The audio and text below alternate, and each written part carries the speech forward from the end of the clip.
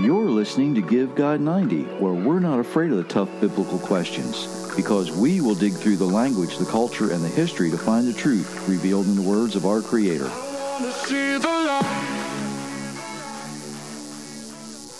Hello, everyone. Happy Monday, if you happen to be listening on a Monday. If not, happy whenever. I am being carefully monitored and supervised. Yes, he is. Thanks, everyone, for joining us today. And I probably need it. Probably. And I was Absolutely say, do. No comment. Odd. If you like what you hear, those share buttons work really good. You know, all the notifications, all those things you do, the push, that doesn't cost you anything. It just helps people find us easier. If you haven't been to GiveGod90.com lately, you may want to check that out. Author Jerry Mitchell's where the books are available. Excuse me.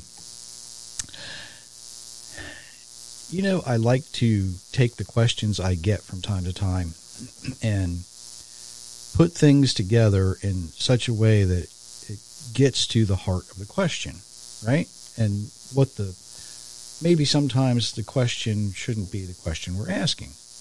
And that's kind of happened a few weeks ago. I was asked a very simple question. And quite honestly, it is kind of an easy question to answer, sort of. We'll see. The question was, if God knew that mankind would eventually love money more than him, why would he create it?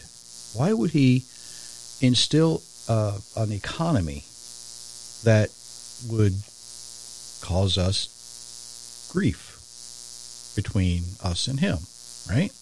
Now, on the surface, it sounds like a fair question because we see things the way we see them today.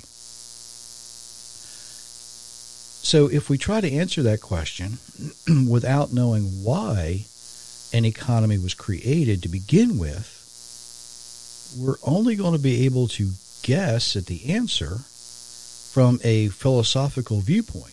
And that will never give us a satisfactory answer. At least it never gives me a satisfactory answer. You know, philosophy and me mix somewhat, but when the conversation's through, I need facts. I don't need guesses. I don't want opinion. I want to know what it says.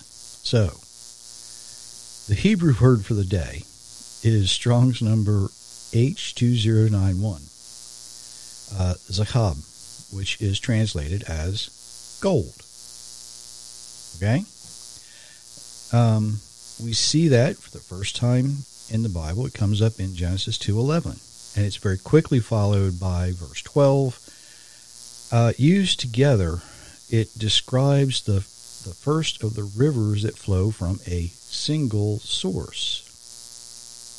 That, by the way, is a question better answered by Answers in Genesis if you're looking for where they are today.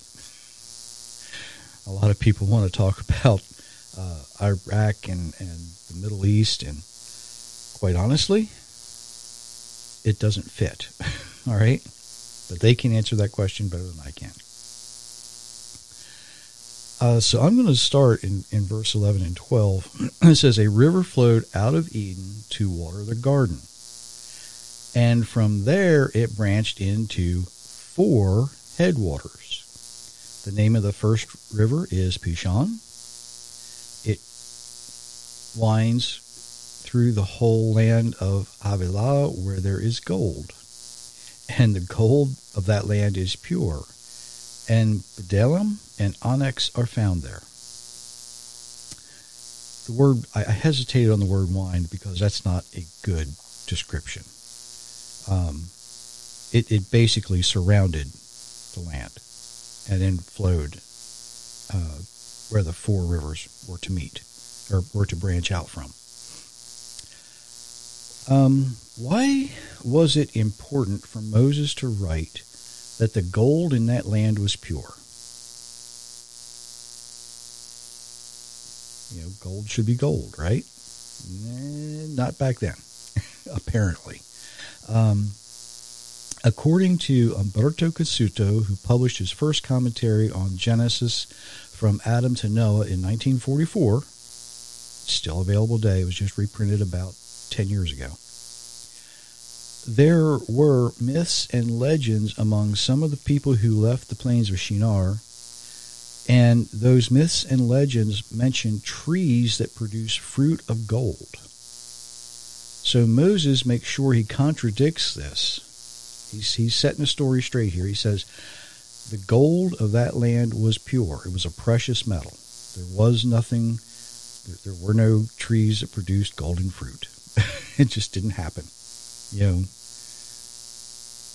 Now, I don't know about the rest of the world. United States, we have an apple called Golden Delicious. It's a yellow apple, which is where it gets its name from because it's yellow. It's called Golden Delicious. Was that the tree of knowledge of good and evil? No, it wasn't. That variety wasn't developed until the 1800s, if I remember correctly.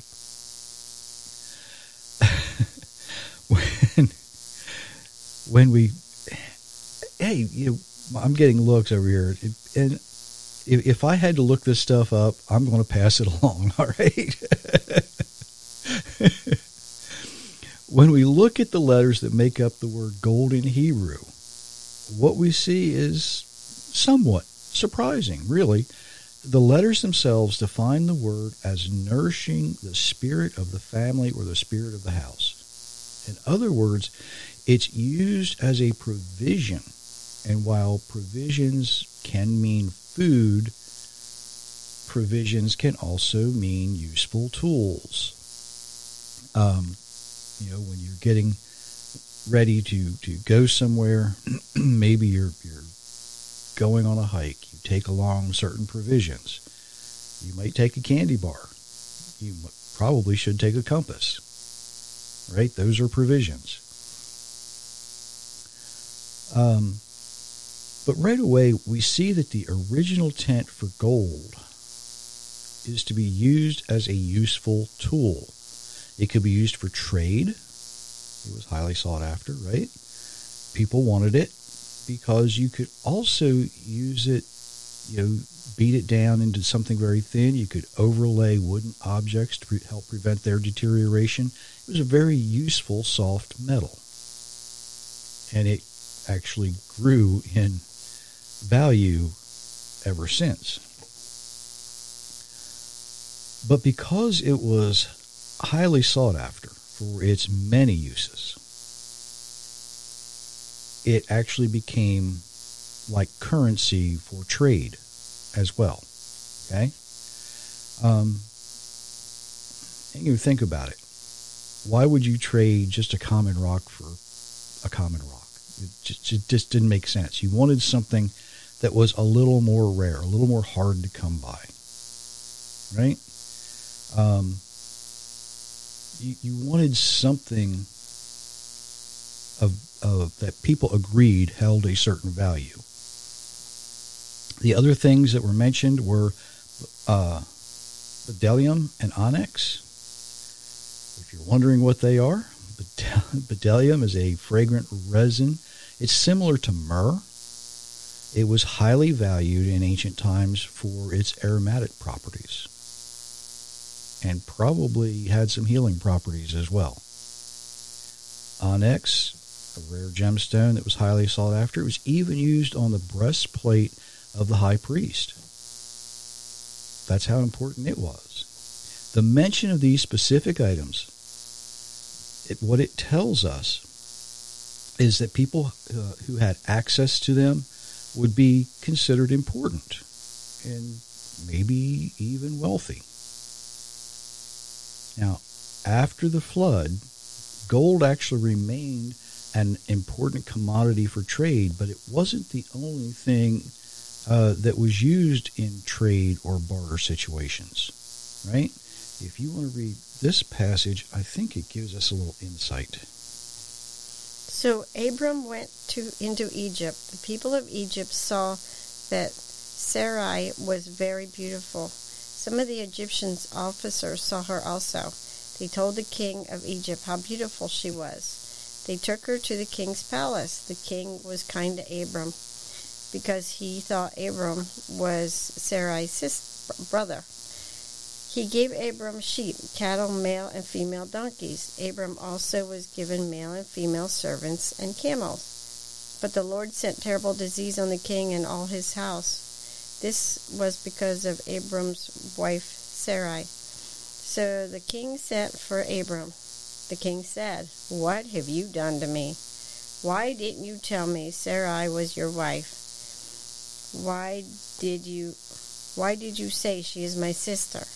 I made her my wife, but now here is your wife. Take her and leave." Then the king commanded his men to make Abram leave Egypt. So Abram and his wife left and everything they owned. So Abram, his wife, and Lot left Egypt. They took everything they owned and traveled to southern Canaan. Abram was very rich in cattle, silver, and gold. Genesis chapter 12, verse 14 through 13:2. Now, Pharaoh made Abraham a very wealthy man, right? Abraham's probably didn't have a whole lot when he left the land of his father. He gets to Egypt, and the Almighty says, "I can use this. Watch what I do." And he had Pharaoh gift Abraham all kinds of things, right? All kinds of things. You know, there was cattle and sheep, camels, apparently gold. He had servants. So Abraham more than likely traveled out of Egypt with a pretty large entourage. You know, it takes a lot of people to care for all of those animals. And we learn in Genesis 14 that Abraham trains 318 of his servants to help rescue Lot after there was wars going on. Lot gets taken captive. Abram trains 318 of his male servants and goes and rescues Lot. Now, with the war going on around you, Abraham would have been fairly foolish to take all of the men that he had, right? You need to leave somebody around, to protect the flocks, to protect the family that is left there. So I would estimate, and this is speculation on my part, but knowing Abraham's train of thought here, he probably trained about half his men that were under his care to go with him. And if that's true, Abraham would have been responsible for more than 1,000 people. That's a lot of people to take care of. When you and your wife and your nephew and his wife leave, that's not a lot to take care of. You can kind of bounce around pretty easy, right? But leaving Egypt with what he left with, that's a lot of people to take care of. That's a whole lot of people to take care of. Now, think about this. Abraham is now a very wealthy person. Very, very wealthy person. Would we say the same thing about Abram that we say about wealthy people today? Oh, they have so much money. I don't know why they don't give some to help the poor. I've heard it over and over and over. Oh, if I had their money, I'd just give it all to the poor. No, you wouldn't. Trust me, you wouldn't. You wouldn't. And I doubt anybody would have said that about Abraham either. Still new in the world, economy still works the way it was designed to work for the most part. Abraham was taking care of his people, making sure that they had everything they needed. And I'm going to go off the track just a little bit, down a rabbit trail, but it's okay because it's actually in my notes.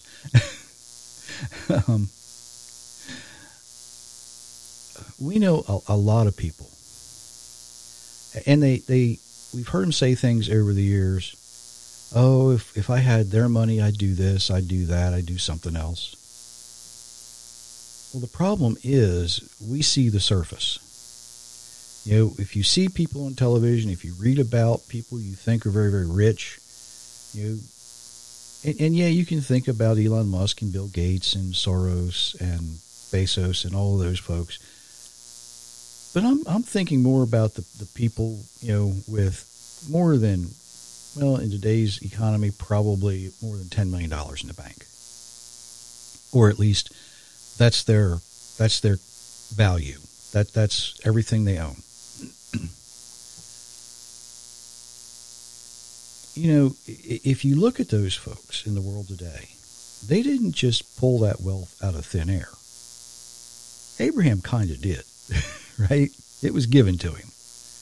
Abraham kind of did. But think about, in today's world, the thousands of people who work for these wealthy folks. They're not that much different than the hundreds who worked for Abram. Right? Today, you might not be in the field tending your flocks and doing the things that Abram's workers did. Today you'd be in an office space, you'd be in a factory, you'd be doing something productive. If you're not productive, you don't have a job very long when you're working for folks like that. In Abram's time, he would have been the one to provide the tents, the homes for the people to live in. In today's world, we pay the wage and the workers purchase the home they want. In Abram's time, wood or dung would have been used as a source of heat, maybe light, along with oil and some other things. But today, there's electricity. You've got to pay the electric bill. You've got to buy the fuel to keep everything running. You've got to keep the computers running. You've got to keep the production equipment going. Who pays for that? Well, in the private sector, it's the company that pays for that. And often that means if in a private company, that responsibility falls to the owner. I know we've known several and worked for several people who were fairly wealthy, some large landowners. And, they've got to keep, they got to pay your paycheck.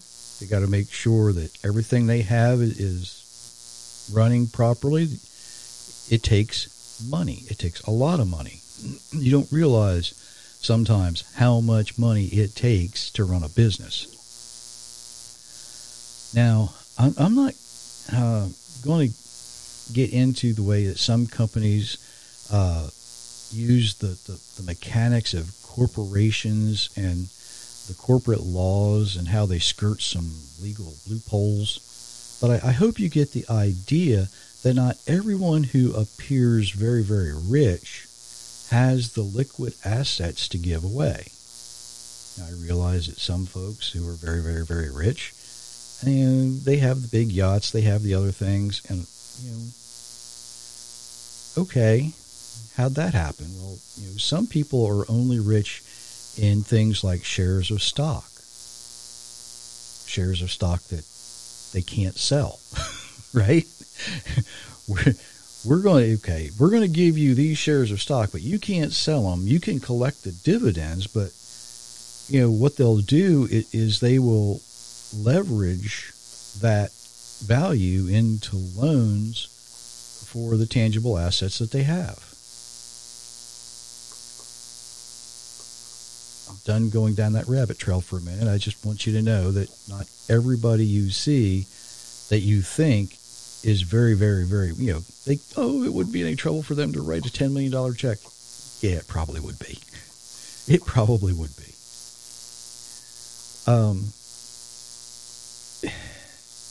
So getting back to the economy and how it really works. I have heard people say over the years, oh, if everybody just had the equal amount of money, the world would be a better place. No, it wouldn't. And it wouldn't, because nothing would get accomplished. Nothing would happen.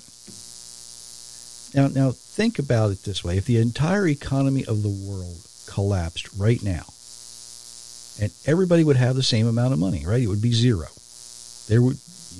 Cash would be useless. Whatever your assets might be, you would have, if you owned the house you lived in, you'd have that. If all you owned was the clothes on your back, that's what you had. Everybody would have zero. You couldn't write a check. You couldn't pull out the credit card. It would be useless. So, what would be important? What would be important? Really important?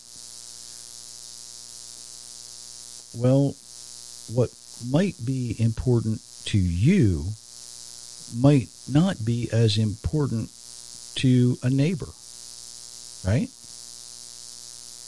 We all need food, we all need water, we all need shelter. But some people might consider other amenities important as well. And that's how the economy would begin once again. You might have something you don't consider as important as someone down the road may consider it important, right? They might be willing to make a trade. They might be willing to say, I might have something I think you're interested in. There was a great economist, he died a few years ago, Walter E. Williams. He used to say that a dollar is a certificate of accomplishment. Right? When two people agree on the value of a task and the task is completed, you get paid because you have accomplished the task. Right? So they're going to give you whatever the value, whatever if the value is $2, you receive 2 certificates of accomplishment. That's how it works. So let's change that just a little itty bitty bit.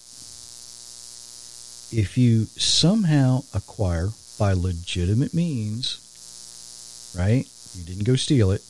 If you acquire something by legitimate means that somebody else wants, it is up to both of you to come to an agreeable trade, either in dollars or service, for a tangible item. That is the economy the way it was designed to work. Doesn't work that way anymore, does it? You see, the way it was designed to work works because each individual sees value in an item differently. Right? I said what might be important to you might not be important to somebody down the street. For a great violinist, an original Stradivarius would have far more value than it would to me because I can't play the violin. I don't do it. And it might not be worthless to me. It might not be worthless for me to own one, but it would certainly be useless. I would have no use for it.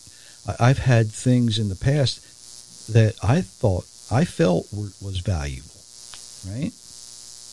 But it wouldn't hold any value to somebody else who might not have a clue what they were or how to use whatever I had.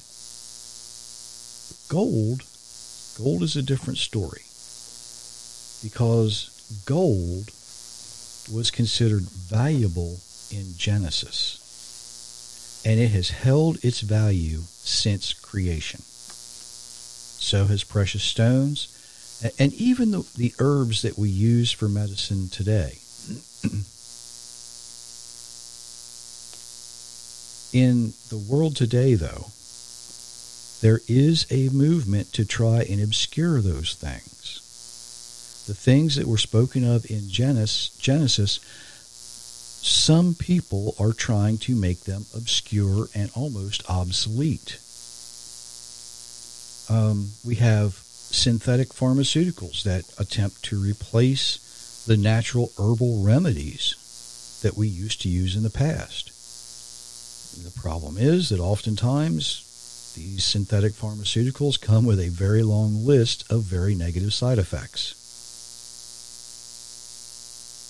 Synthetic gemstones today, if you watch the advertisements, they're better than the real thing. The cubic zirconia is the greatest since sliced bread. It's better than diamonds. Cheaper too. Look at this. You can buy this 18 karat cubic zirconia ring for $9.95 plus shipping and handling. You see where we're going with this, right? We're trying to obscure creation, even in Genesis 2, as it's described in economic concepts. Now think about this. Cryptocurrency, digital currency, is quickly advancing on gold. That's right. Imitation value. Imitation value that can be gone with the stroke of a key on a keyboard.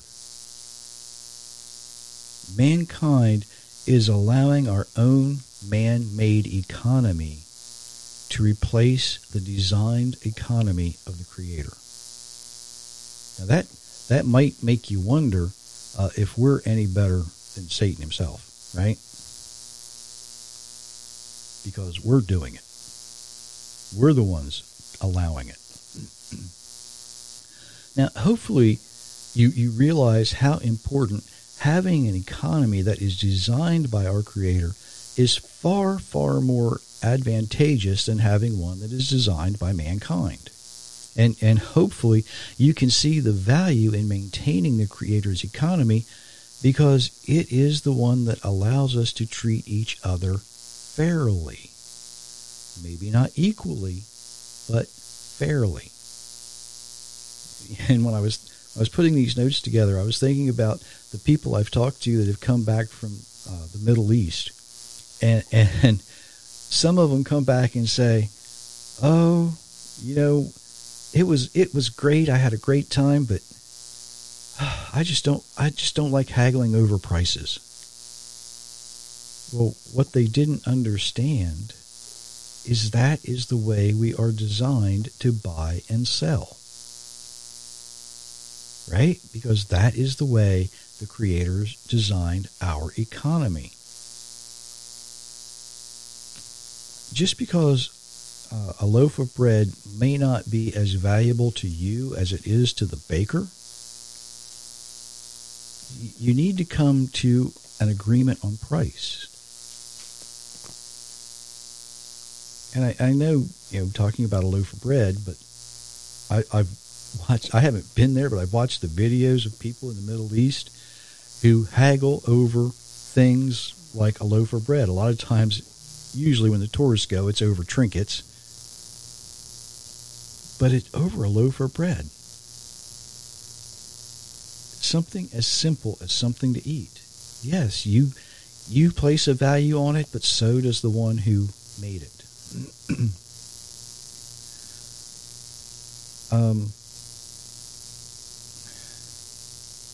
I understand that there's a great deal of convenience in simply having someone put a price on something and you go and, oh, that's the price you pay. Well, Myra will tell you that I hate going to the grocery store. I absolutely hate it. I'll look at something and I'll look at the price and I'm like, it's not worth it to me, and I'll walk away from it. Don't I? Yeah. When I'm thinking about something I might need or something I might want, I'll do the calculations. And if I can make it cheaper than I can buy it, I'll make it. Or if I can make it better at the same price, I'll make it. If I can buy it cheaper than I can make it, well, it's just silly to make it. Unless you can build it better, more sturdy, whatever it might be. You see, our Creator designed and created an economy for us, not so we can measure wealth. That's not the purpose and design, the original design of the economy. The original purpose and design was so that we had the opportunity to place value on something and work that value out with the person that owned it. That's how he designed us. It gives us that interaction, gives us the opportunity to sit down with somebody or stand there with somebody and, you want 50 something for this loaf of bread? No, it's only worth 30 to me. It's only worth 30 to me. I don't want it for 50. We've done it with a lot of things. And I should probably return the question, why would God create money knowing we would love it more than we love him? Now that you know that the economy today doesn't work the way it was designed to work, well, that's kind of the wrong question, isn't it? See, the question really we should be asking is, why do we choose to be so greedy and lustful for the things of the world instead of choosing to be obedient to our Creator? The answer to that question is pretty simple, really, because sin entered the world, and some people choose to embrace that sin, and they have no concern for their life, no concern for the lives of the people around them. Even the people they claim to care about, they really have no concern for them. But there are some who might see the faithful and think, I don't know what it is they have, but I think I might need it too. Those are the people we can reach. Those are the people that you need to be the example for. Now, some others, well, they're going to reject the Creator even as they're cast into a... That's enough, Susan. Even as they're cast into a lake of fire. They're going to reject him. They're going to keep rejecting him. They'll be cast into a lake of fire. They'll be forgotten, never mentioned again. And they will be gone. Just gone. That's why it's so important that we live the way we're designed to live, so that the ones who might be willing to repent will repent. The ones that we can reach, we do reach. That's why we live the way we're designed to live. And even knowing about how the economy is designed to work can help us do that. It gives us that opportunity to demonstrate our example, to be the example to others. That's why it's so important. Because we are that example. We are that example. So, until next time, we too wish you many, many blessings, everyone. Absolutely.